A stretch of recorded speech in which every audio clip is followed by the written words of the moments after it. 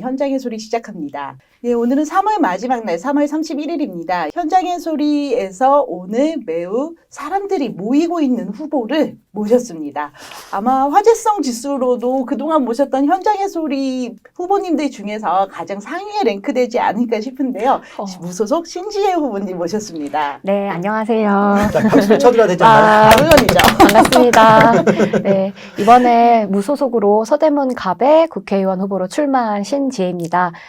당적을 갖지 않고 후보로 출마하는 것에 대해서 좀 놀라셨을 것 같기도 하고, 갑자기 지역구 출마에 나섰기 때문에 공고한 지역 정치에 도전하는 사람처럼 보일 것 같기도 하고 한데, 오늘 이 방송에서 여러 가지 제 한풀이, 속풀이, 또 정책에 대한 이야기들을 말씀드리고 싶습니다. 서대문에 지금 네. 출마하셨습니다. 네. 만만치가 않아요. 기득권 양당 정치를 잘 보여주는 게 이번 선거가 아닐까 싶고요.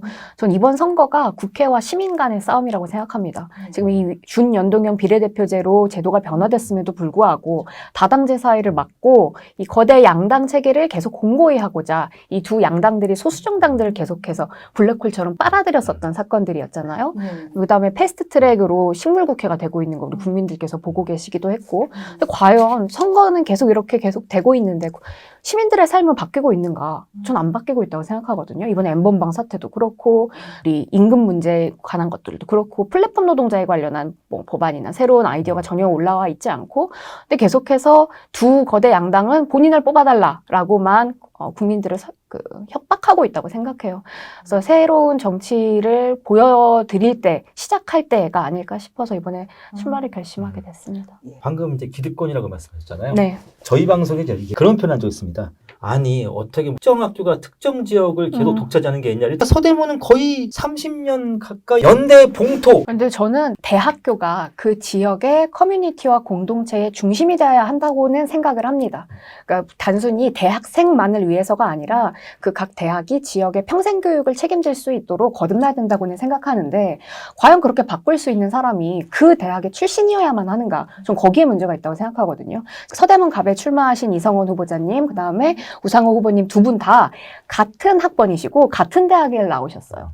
그리고 같은 공약을 매번 똑같이 말씀하십니다. 근데 정말 서대문에 살고 있는 국민들이 원하는 대로 서대문이 바뀌고 있냐, 대한민국이 바뀌고 있냐, 연대가 그렇게 바뀌고 있냐, 이런 질문들을 저는 던지고 싶고요. 저는 그걸 단절의 정치라고 얘기하고 싶어요. 시민의 삶과 국회의원들의 삶이 괴리되어 있다. 그 단절된 정치들을 연결시키는 것들이 저희 새로운 정치인들이 해야 할, 다음 세대 정치인들이 해야 될 작업들이 아닐까 싶어요. 제가 이번에 무소속으로 출마하느라 추천장을 지역구 국민분들께 300장에서 500장을 받아야 됐었어요. 그래서 이번에 500장을 꽉 채웠는데 너무 다행히도 오프라인에서 받았거든요. 며칠 만에 하셨어요? 엄청 힘들었을 것 5일 같아요. 만에 다 받았습니다. 일주일 만에 그럼. 네, 일주일도 안 되는 시간 동안 저희는 거의 기적이라고 생각하고 있는데, 저희 선본에 계신 멤버분들께서 다 거리를 돌아다니시면서 국민분들께 서명을 받았어요. 근데 다들 하시는 말씀이 이런 말씀이세요.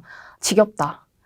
똑같은 사람 매일 보고 나는 솔직히 20년 동안 한 사람만 찍었는데 진짜 아무것도 안 바뀐다. 뭐라도 좀 바뀌었으면 좋겠다 하시는 분들이 매우 많았습니다. 그래서 저는 정치에 대한 열망이 대한민국 전반적으로 있는데 그걸 가장 집약적으로 보여주는 곳이 서대문이 아닐까 싶습니다.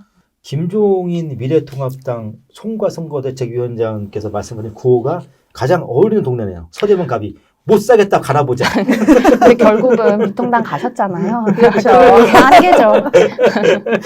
참 안타깝더라고요. 네. 참 그러고 보니까 시대전환에서 예전에 김종인 대표가 와서 네. 발표했을 때 같이 네. 발표자로 나가셨었죠. 네, 저는 그때 위성정당 논의가 그렇죠. 이렇게 막 이렇게 전반적으로 나오지 않았을 때 시대전환에 계신 분들께서 의지를 좀 밝혀주신 게 있으셨어요. 뭐냐면 제3지대를 앞으로 만들어 가겠다. 위성정당 사태 흔들리지 않겠다 이런 말씀을 하셨거든요. 그래서 그건 정말 의미 있다. 그게 좌든 우든 넘어서 다당제 사회를 구현하기 위해선 다양한 소수정당의 목소리가 이번에 살아남아야 한다라는 생각으로 제가 축사를 드리러 갔고, 아마 김종인 대표님께서도 그런 생각으로 오셨었던 것 같아요.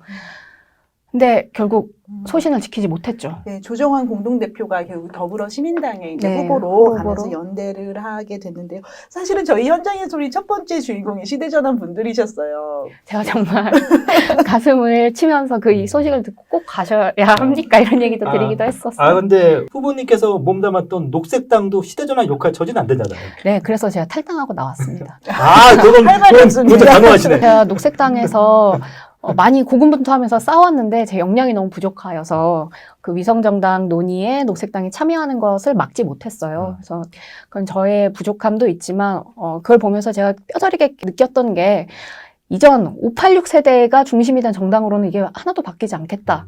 이런 생각을 하게 됐고, 사실 지금 드러나고 있는 뭐 조국 사태니, 라임 사태니, 엠번방이니, 윤총경이니, 이런 얘기는 좌우를 가리지 않고 있는 이야기들이거든요. 거기에 586이 해답을 내놓지 못하고 있다라는 생각을 하게 됐고, 이번에 그래서 무소속으로 출마했습니다. 녹색당은 너무 아쉬운 게 사실은 8년을 계속 버티셨고, 기자들은 아닌가요? 8년. 맞아요. 8년 맞아요. 제가 사실 네. 창당하고 나서 얼마 안 돼서 바로 녹색당에 가입했고, 8년 동안 활동했거든요. 정말 원년. 제가 억장이 무너졌어요. 네. 어떻게 8년 동안 도대체 우리는 왜 버틴 것인가? 그 위성정당에 간판 하나 만들어주려고 이름 하나 거기다가 올리려고 8년을 기다린 것인가? 제가 너무 분노스럽더라고요. 제 부족함이 큽니다. 예, 사실 저도 586 세대에 해당은 돼요. 주는 아니고 저 말단인데 네네. 후보님께서 이제 586 세대보다 한참 어리신 분이잖아요. 네. 이상한 걸 발견하는 게 좀 네. 젊으신 분들이 네. 뒤에서는 586 세대 비판을 굉장히 많이 하세요. 네. 근데 앞에서는 또 숙이세요. 맞아요. 단도직입적으로 묻겠습니다. 네. 왜 젊은 분들은 왜 586들을 그렇게 무서워합니까? 제가 보기엔 하나도 안 무서운 사람들인데. 근데 그게 권력의 차이인 것 같아요.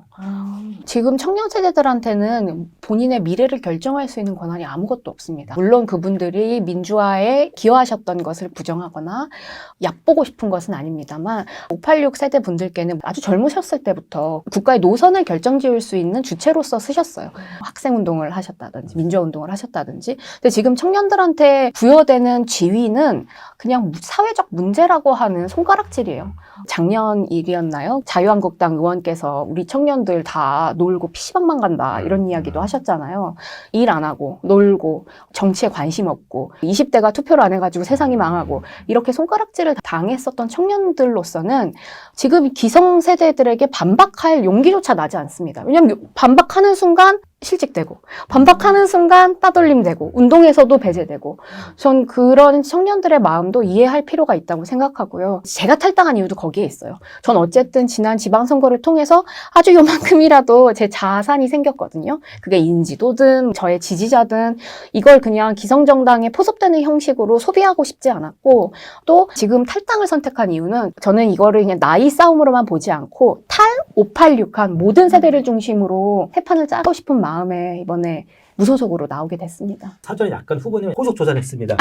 네네. 그러니까 1990년생이시더라고요. 네네네. 우상호 후보, 이성원 후보 그리고 이제 한참 건너뛰고 신재가 나오는 거 있지 않습니까? 네. 그러면 중간에 거의 20년 넘은 세대들이 공백이 된 건데 그렇죠. 그분들은 왜 공백이 됐을까요? 근데 정치가 정말 바꾸기 어려운 영역 중에 하나입니다. 자꾸 공천을 받아야 되는데 공천을 잘 받으려면 공관위원장한테 잘 보여야 되고 지역에 있는 유지들과 친분이 이미 있어야 돼요. 근데 새롭게 시작하는 자산이 없는 청년들은 그 사람들과 유대감을 맺는 것조차 어렵고 그러기 위해선 줄을 서야 합니다.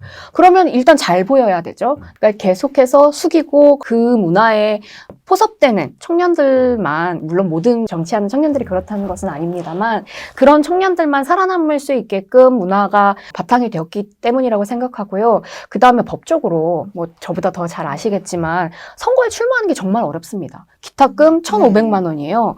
제가 이거 관련해서 예전에 헌법소원을 한 적이 있는데 그때 당시에 헌법재판소의 판결은 뭐였냐면 이거는 정당하다. 왜냐하면 통상적인 임금 노동자가 3개월에서 5개월 정도 임금을 모으면 1,500만 원을 모을 수 있다는 거예요. 전 그것도 말이 안 된다고 생각했습니다. 저는 1,500만 원을 모을 수가 없는 사람이거든요.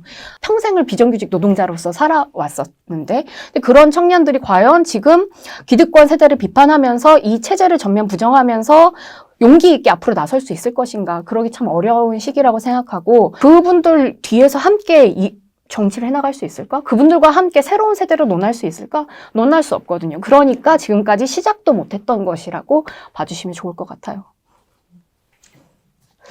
제가 너무 청년을 대변하나요? 너무 잘하고 계세요. 너무 빠져들고 있었어요. 네.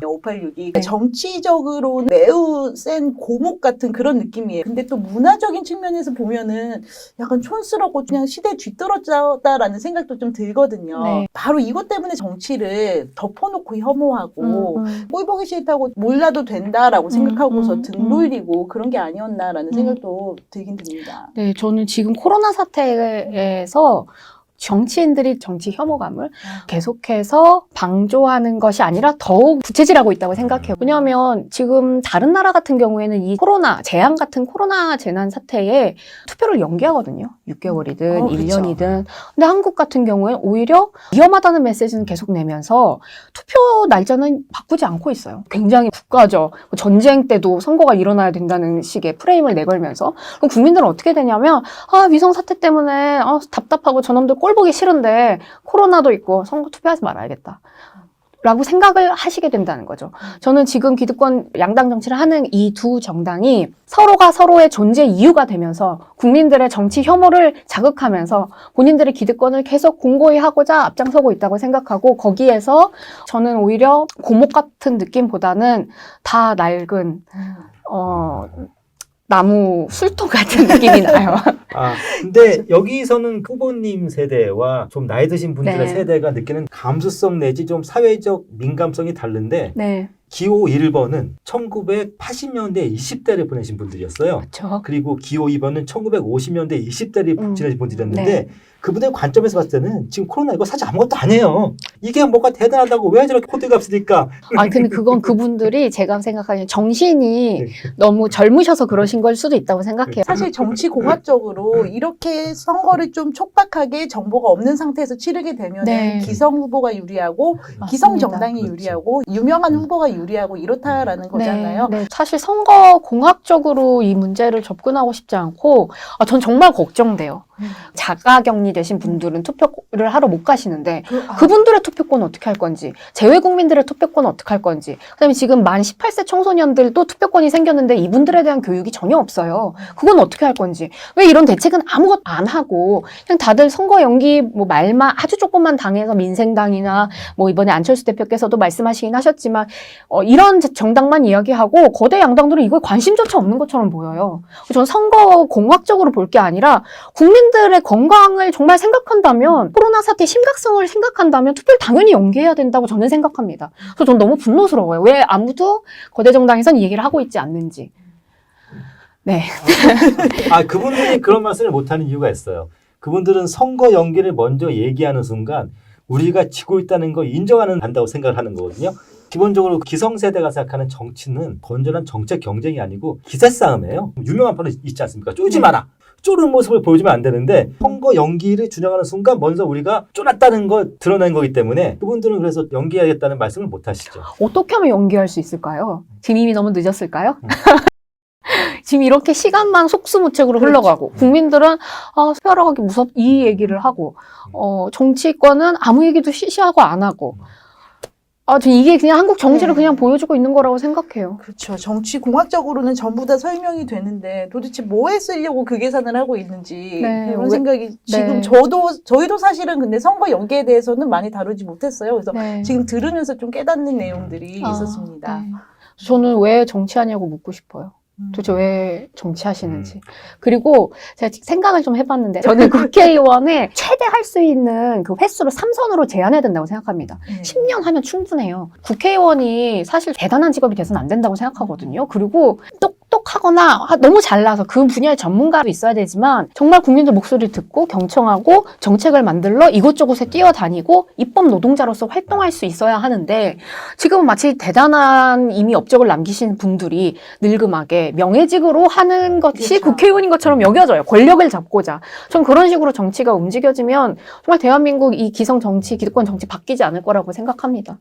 제가 그분들을 위해서 좀 굳이 해명 아닌 변명하자면, 네네. 그분들이 그거 안 하시면 할 게 없어요. 이를테면 우상호, 이성호 후보 그 두 분의 직업은 정확히 보면은 정치인이 직업이 아니라 선거업이 직업이신 겁니다.